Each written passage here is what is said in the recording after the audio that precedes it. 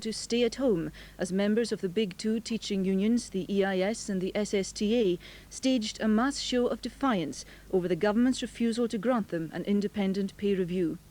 In the Highland region, 98% of all secondary school pupils were affected by today's action. 17 schools shut for the day and almost 70% of teachers walked out.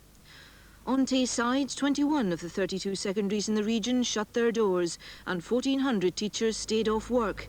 Throughout the region, 23,500 pupils got no schooling.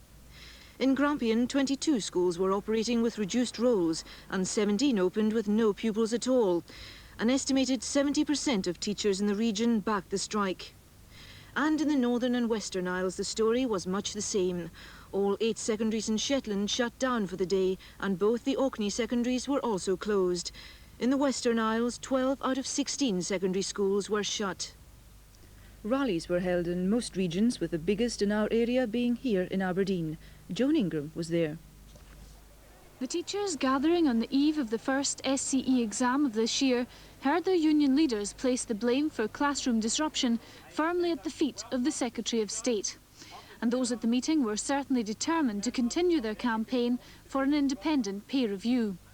Some people think that because the government is prepared to sit out and do nothing, that we are going to cave in. I think it's necessary to show that we are prepared to take this struggle into next session and even into the following session if need be. I think that this campaign has rallied people who otherwise may have regarded themselves as people who wouldn't ever take this kind of action. I think maybe some members of the public think it's just a few militants who are turning out, organising meetings, writing letters and so on. It's very much the mass of Grampian secondary teachers who are solidly behind this action.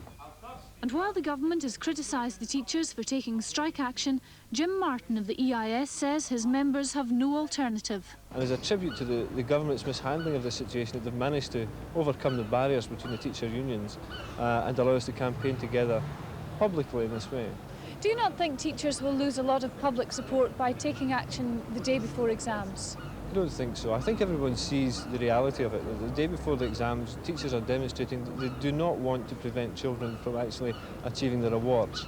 I'm not confident that the exam board and the government share that view. Dundee surgeons are battling to save the fingers of a 16-year-old